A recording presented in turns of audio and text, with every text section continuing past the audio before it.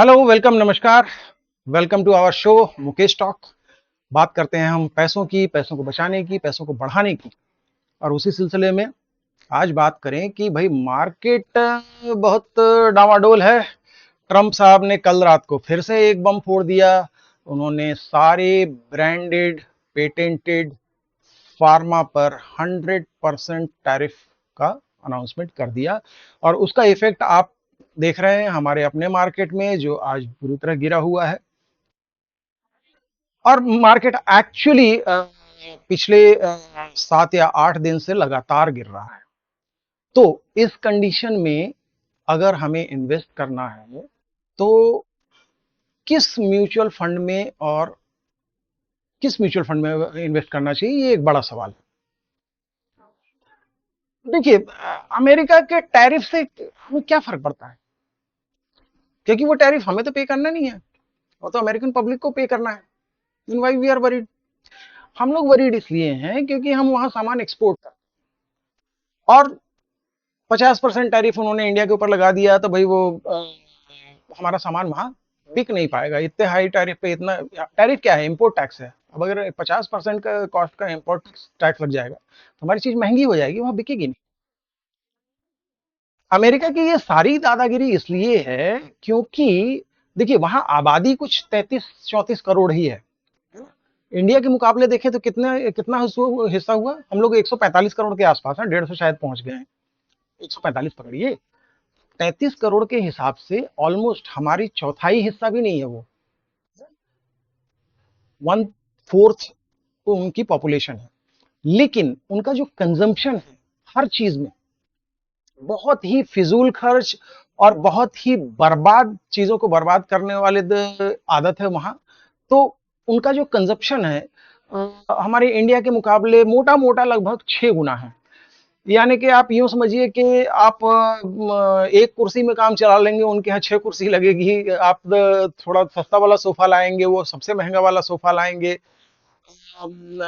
Mobile phone में वो iPhone ज्यादा यूज करते हैं, तमाम तरह हर चीज में सर हम कंपेयर करेंगे ना तो उनका कंजम्पशन बहुत ज्यादा है। तो हमारी आबादी का चौथा हिस्सा होते हुए भी उनका क्योंकि कंजम्पशन ज्यादा है, तो डेफिनेटली वो हम जितनी चीजें कंज्यूम करते हैं उससे वो ज्यादा कंज्यूम करते हैं। तो इसलिए सारी दुनिया के लोग चाहते हैं कि भाई अपना सामान वहां एक्सपोर्ट करें और वहां से पैसे कमाएं। अब ट्रम्प साहब को लगने लगा कि भाई सारी दुनिया हमें लूट रही है तो हम इंपोर्ट टैक्स लगाएंगे और यहां बनाओ। तो इससे बचने के लिए हमारी सरकार ने क्या किया? हमारी सरकार ने जीएसटी रेट कर दिया। और इससे सामानों के दाम जो है, क्योंकि टैक्स कम हो गया तो दाम अपने आप कम हो जाएंगे। और सीधा सीधा टारगेट है सरकार का कि कंजम्पशन बढ़ाया जाए। अगर हमारा कंजम्पशन बढ़ जाए अमेरिका के मुकाबले, मतलब वो गैप जो 6 गुने का गैप है वो घट के अगर 4 गुना भी आ जाता है तो एक्चुअली हमारा कंजम्पशन 2.5 गुना लगभग बढ़ जाएगा, है ना? और अपना कंजम्पशन बढ़ाना ही अमेरिका के टैरिफ का सही जवाब है। तो सरकार ने उसके लिए स्टेप्स लिए, जीएसटी रेट कम कर दिए। और ये उम्मीद की कि जब लोगों के पास पैसा बचेगा, और आपको याद होगा कि सरकार ने इनकम टैक्स में भी जो स्लैब्स थे वो बढ़ा दिए थे। अब न्यू टैक्स रेजिम में अगर कैलकुलेट करके देखें तो 12 लाख तक की इनकम पे एक्चुअली कोई टैक्स नहीं है। तो वो पैसा जो है टैक्स पेयर्स के पास बच रहा है। और सरकार का टारगेट ही यही था, जब उन्होंने बजट पेश किया था तब भी, और भी जो जीएसटी कट किया उसके पीछे भी टारगेट यही है कि यहां पर कंजम्पशन बढ़ाया जाए, आप चीजों को ज्यादा खरीदें। ठीक है। अब जब कंजम्पशन ही थी में, और देखिए बात सिर्फ इतनी नहीं है कि सरकार चाहती है कंजम्पशन बढ़े, कंजम्पशन वैसे भी बढ़ेगा। हम लोग एस्पिरेशनल लोग हैं, है ना? पहले हम पुअर कंट्रीज में आते थे, फिर हम डेवलपिंग कंट्री बने। आज भारत की सॉरी दुनिया की चौथी सबसे बड़ी अर्थव्यवस्था है हम। आगे हम तीसरे में पहुंचेंगे, दूसरे में पहुंचेंगे। अगर आप देखें 1980 में, 1980 से पहले चाइना और भारत की अर्थ पर कैपिटा इनकम सेम थी, है ना? आज चाइना की पर कैपिटा इनकम कितनी है? हमसे कहीं ज्यादा है। तो उनका कंजम्पशन भी ज्यादा है। अगर आप टीवी में, मैगजीन्स में देखते होंगे चाइना में किस दर्जे का इंफ्रास्ट्रक्चर है, वो लोगों का रहन सहन, पहनावा ओढ़ावा, हर चीज लग्जरियस हो चुकी है ना। तो यही कंजम्पशन है। तो हमारा देश भी लगभग उसी डायरेक्शन में बढ़ रहा है। तो कंजम्पशन तो बढ़ना ही बढ़ना है, और इसी वजह से ज्यादातर म्यूचुअल फंड ने कंजम्पशन थीम को प्ले करने के लिए कंजम्पशन फंड निकाल रखे हैं। थीमेटिक फंड है कंजम्पशन फंड, जो एक लंबे समय के लिए बहुत अच्छा निवेश साबित हो सकता है ना। कंजम्पशन बढ़ेगा, हम लोग मोबाइल फोन आज अभी अगर 7-8 साल में बदलते हैं तो शायद आगे चल के 3 साल में बदलेंगे। घर में टीवी थोड़ा बड़ा हो जाएगा, कंप्यूटर थोड़ा बड़ा लेंगे, लैपटॉप थोड़ा और कैपेसिटी वाला लेंगे, गेमिंग वाला ले सकते हैं, कपड़े हम थोड़े और ब्रांडेड पहनेंगे। घर में अगर आज एक एसी यूज होता है तो हर कमरे में एसी लग जाएगा, 4 एसी लग जाए। ये बहुत सारी चीजें हैं जिनमें कंजम्पशन आगे बढ़ने की उम्मीद है। सरकार भी चाहती है कि यहाँ कंजम्पशन बढ़े, और क्योंकि हम ग्रो कर रहे हैं तो कंजम्पशन वैसे भी बढ़ना है। तो कंजम्पशन थीम पर लाए हुए जितने फंड हैं वो एक अच्छा अट्रैक्टिव इन्वेस्टमेंट सोर्स हैं, और कंजम्पशन फंड्स में इन्वेस्ट किया जाना चाहिए।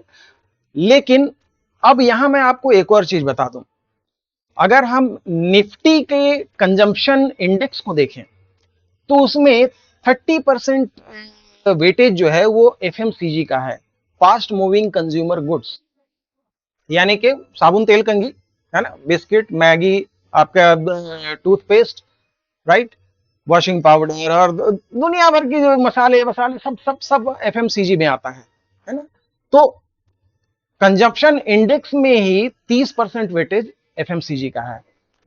अब देखिए एफएमसीजी कंपनियों का जो बिजनेस है ना, अर्बन एरियाज में लगभग सैचुरेट हो चुका है। आप खुद मुझे बताइए, अगर आपके घर में 6 साबुन लगते हैं महीने के, ठीक है, एक छोटी फैमिली में 6 साबुन बॉडी सोप जो है पर्याप्त होता है। अब अगर आपके पास पैसे बच रहे हैं, टैक्स आपका इनकम टैक्स कम हो जा रहा है, जीएसटी कट रहा है, तो क्या 6 की जगह आप 12 साबुन लगाने लगेंगे? नहीं, है ना। 6 से साबुन ही लगाएंगे, बहुत दरिया दिल होंगे तो 7वां साबुन ले लेंगे, उससे ज्यादा नहीं होने वाला। शैम्पू अगर एक बोतल आपके घर में महीने में यूज हो रही है तो वो एक बोतल ही यूज कर होगी, आप शैम्पू से नहाना तो शुरू कर नहीं देंगे, राइट। तो अर्बन एरियाज में जो है ये एफएमसीजी कंपनियों का बिजनेस सैचुरेट हो चुका है। जो मैक्सिमम हम कंज्यूम कर सकते हैं वो हम कंज्यूम कर रहे हैं। रही बात रूरल एरियाज की, तो रूरल एरियाज में ये बात सही है कि जिस साल मानसून अच्छा होता है उस साल एफएमसीजी कंपनियों का बिजनेस भी अच्छा होता है। लेकिन रूरल एरियाज में भी, गांवों में भी आजकल लोग पर्याप्त फैशनेबल हैं, ठीक है, उनका कंजम्पशन ठीक है अर्बन एरिया के लोगों के जितना ना हो, लेकिन 70-80% तक तो है। तो एक अच्छा मानसून होता है, खेती से थोड़ा पैसा ज्यादा आता है, तो वो फिर बस वो थोड़ा सा 30% का ही ग्रोथ उसमें पॉसिबल है। यानी कि अगर वो सस्ता वाला शैम्पू यूज कर रहे थे तो पैसा ज्यादा आएगा तो महंगा वाला शैम्पू यूज करेंगे, बस इतना ही है। बट लेकिन कंजम्पशन बहुत ज्यादा बढ़ने वाला नहीं है। कंजप्शन बढ़ेगा किसमें? जब मैंने एग्जांपल दिया कि लोग एसी एक की जगह 4 लगाएंगे, सोफा जो है छोटा सोफा है, आज आगे चल के बड़ा सोफा ले लेंगे। आज 32 इंच का टीवी है, आगे चल के 60 इंच का टीवी ले लेंगे। घर को डेकोरेट अच्छे से करवाएंगे, बढ़िया मार्बल फ्लोरिंग करवाएंगे, या शायद वुडन फ्लोरिंग करवाएंगे, पर्दे नए लेंगे, कपड़े अच्छे पहनेंगे, है ना। तो कंजम्पशन इन चीजों में बढ़ेगा, लग्जरी आइटम्स में बढ़ेगा। तो अ, मैंने देखा है जितने भी कंजम्पशन फंड है, काफी ने एक्चुअली उस कंजम्पशन इंडेक्स को कॉपी करने के लिए एफएमसीजी स्टॉक्स भर रखे हैं। आप किसी भी एफएमसीजी स्टॉक का 1 साल का 2 साल का चार्ट देख लीजिए, कहीं नहीं गए वो स्टॉक। गिरेंगे नहीं क्योंकि भाई लोगों ने साबुन लगाना बंद नहीं किया है, और चढ़ेंगे नहीं क्योंकि 6 की जगह 7 साबुन नहीं लगाएंगे, है। तो कंजम्पशन डेफिनेटली आने वाले समय में एक बहुत अच्छी थीम साबित होगी। लोगों की लाइफस्टाइल बदल रही है, लोगों के खर्च करने का तरीका बदल रहा है, लोग ग्रो कर रहे हैं, इकोनॉमी ग्रो कर रही है, तो कंजम्पशन तो बढ़ना ही बढ़ना है। लेकिन किन चीजों में बढ़ना है? तो ऐसे म्यूचुअल फंड में और ऐसे कंजम्पशन फंड में इन्वेस्ट करना चाहिए जो एफएमसीजी से आगे सोचे, जहां ग्रोथ है उनमें इन्वेस्ट करे। उन फंड्स में पैसा लगाना ज्यादा फायदेमंद होगा। और इसके लिए डेफिनेटली आप मुझसे कांटेक्ट कर सकते हैं। मैं एक certified authorised mutual fund distributor हूं, एसआईएफ डिस्ट्रीब्यूटर हूं।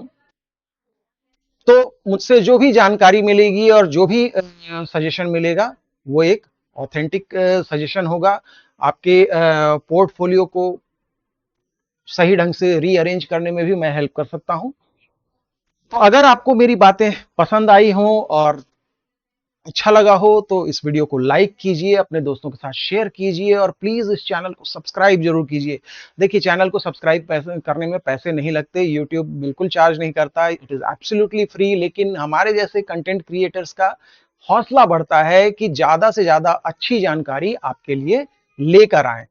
सो आज के लिए इतना ही। अगर आपको मुझसे कांटेक्ट करना है तो फोन नंबर यहां दिया हुआ है, ईमेल आईडी यहां चल रही है। So that's it guys for today. तब तक के लिए बाय बाय।